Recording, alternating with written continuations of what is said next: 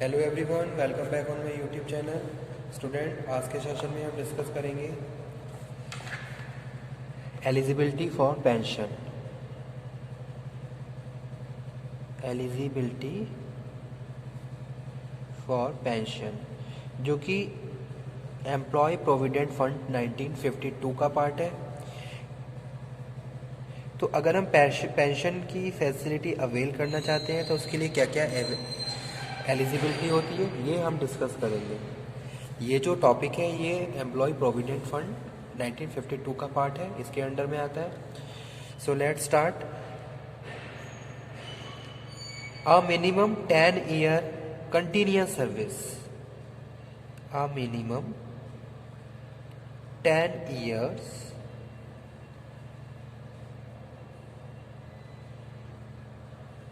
continuous service is required to become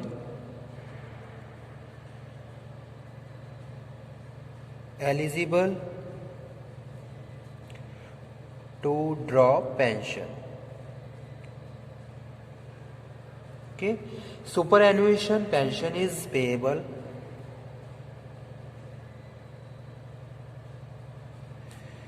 superannuation is pension is payable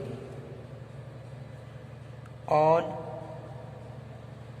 attaining the age of 58 years.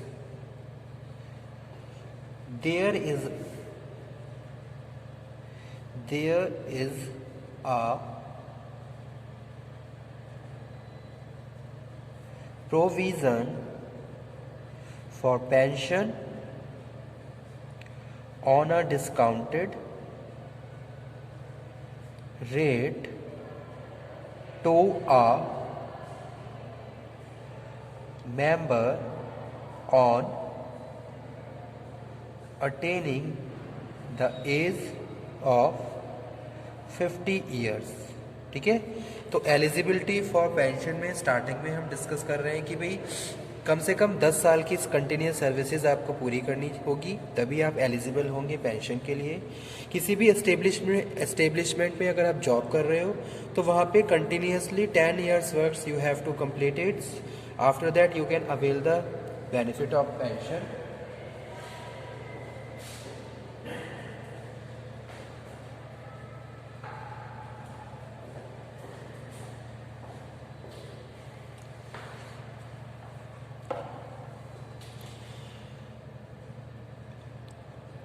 और जो superannuation pension है, superannuation pension is payable on the attaining of the age of 58 years, जो कि ये यहाँ पे मे भी हो सकता है चेंज हो गई हो, तो थोड़ा आप टैली कर लीजिए इसको। देयर इज़ अ प्रोविज़न, एक प्रोविज़न ये भी है कि अगर आप डिस्काउंटेड रेट पे pension on discounted rate then 50 years की एज पे भी आप क्या कर सकते हो, उसको अवेल कर सकते हो। नाउ नेक्स्ट क्या है, option when pensionable services less than 10 year. कुछ ऐसे ऑप्शंस भी हैं जहां pensionable services less than 10 year है।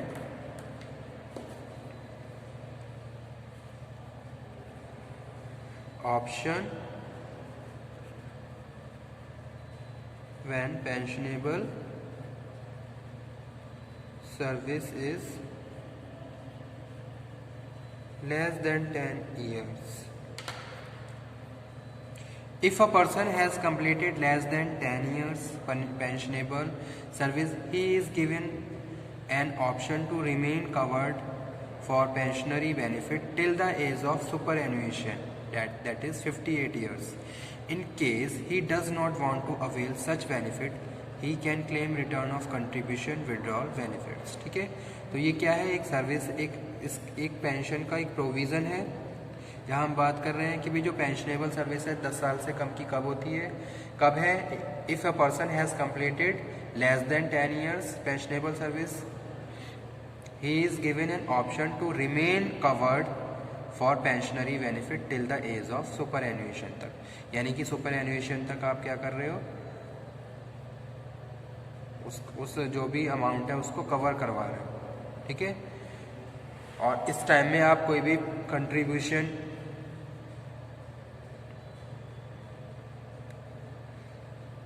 विड्रॉल अवेल नहीं कर सकते।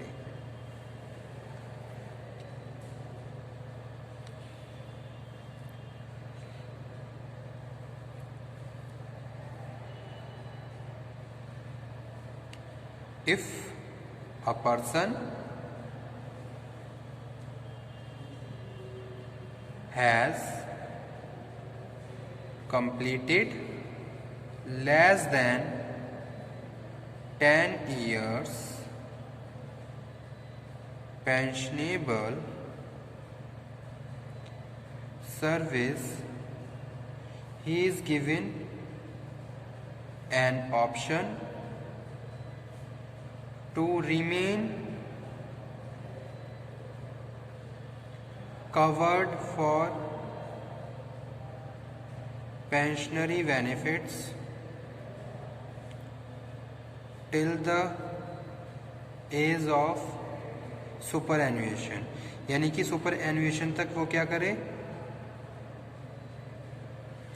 जो पेंशन का कवर है अमाउंट है वो कवर करवाता रहे, जो कि क्या है 58 ईयर्स है। और इस टाइम में वो कुछ भी बेनिफिट अवेल नहीं कर सकता। ठीक है। नेक्स्ट है when is a pension entitled to monthly pension person, when is a person entitled to monthly pension. तो मंथली पेंशन के लिए आप हकदार कब बनते हो ये हम डिस्कस कर लेते हैं। कौन कौन सी केसेस में। फर्स्ट क्या है, सुपर एनुएशन, यानी कि अगर आपने सुपर एनुएशन अपनी एज कवर कर ली है on attaining the age 58 years. ठीक है।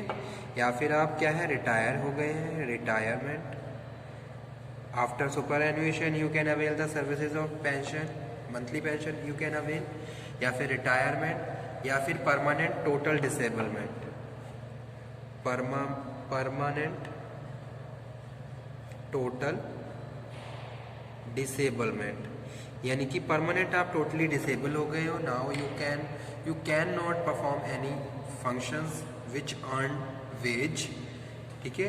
आप कुछ भी ऐसा फंक्शन परफॉर्म नहीं कर सकते हो जिसके थ्रू आप वेजेस को अर्न कर सको, यानी कि परमानेंटली यू आर डिसेबल हो गए हो। ठीक है। जो कि हमने पढ़ा था कंपनसेशन में पार्शियल और फुल डिसेबलमेंट, तो उसके हिसाब से तब आप पेंशन को अवेल कर सकते हो। या फिर फोर्थ नंबर पे हम बात कर रहे हैं डेथ ड्यूरिंग सर्विस, यानी कि ड्यूरिंग एम्प्लॉयमेंट अगर किसी वर्कर की डेथ हो जाती है, ओके। या फिर death after retirement, death after retirement, superannuation, या फिर परमानेंट टोटल डिसेबलमेंट। ठीक है। 6 नंबर पे बात कर रहे हैं चिल्ड्रन पेंशन। तो ये सारी क्या है, ये सारी कंटीजेंसीज हैं जहां हम जिसमें एक आदमी क्या है पेंशन के लिए हकदार होता है। ओके। इसके बाद अब हम डिस्कस करेंगे formula for calculating monthly pension.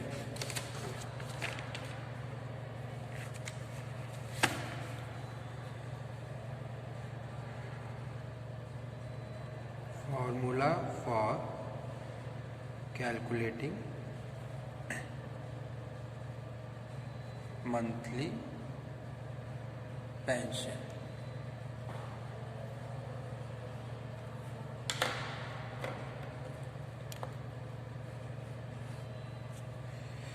The monthly pension payable to member shall vary from member to member depending upon the salary drawn, यानी कि जो भी वो सैलरी ले रहा है, and the length of pensionable service, और कितना टाइम उसने उस ऑपरेशन में कंप्लीट किया है।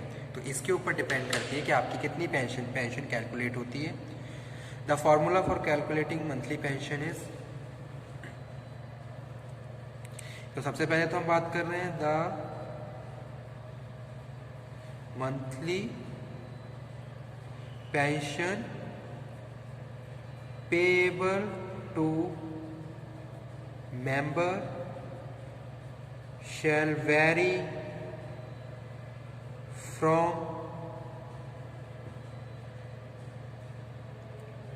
member to member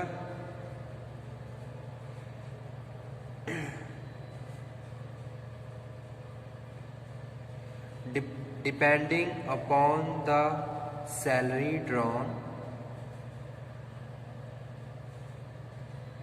and length of pensionable service। क्या फॉर्मूला है? Monthly pension of member is equal to pensionable salary into pensionable service plus 2 divided by 70। ठीक है, जैसे कि एग्जांपल देता हूँ, इफ कंट्रीब्यूटरी, अगर किसी की सर्विस है, if contributory service is 33 years and pensionable salary क्या है? 6000 है। 6000 यहाँ पे हम 8000 कर लेते हैं। ठीक है, 8000 है तो क्या किस तरीके से कैलकुलेट होगी? तो ये फॉर्मूला अप्लाई करिए। ठीक है, 8000 प्लस 33 प्लस 2 डिवाइडेड बाय 70। तो 1 मिनट मैं इसको भी कैलकुलेट कर लेता हूँ और उसके बाद आपके जो भी रिजल्ट है वो बताता हूँ आपको। 8000 plus 35, sorry, pensionable salary into pensionable service है। ठीक है,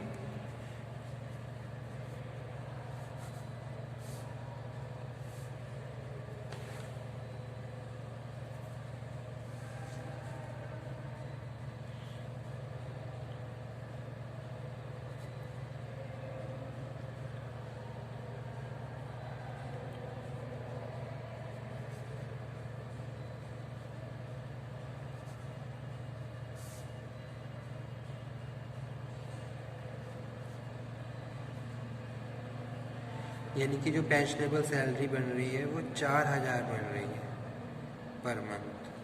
ठीक है, तो इस तरीके से हम इसको कैलकुलेट करते हैं। ओके स्टूडेंट, आज का टॉपिक है मैं यहीं पे फिनिश करती हूँ। Thank you.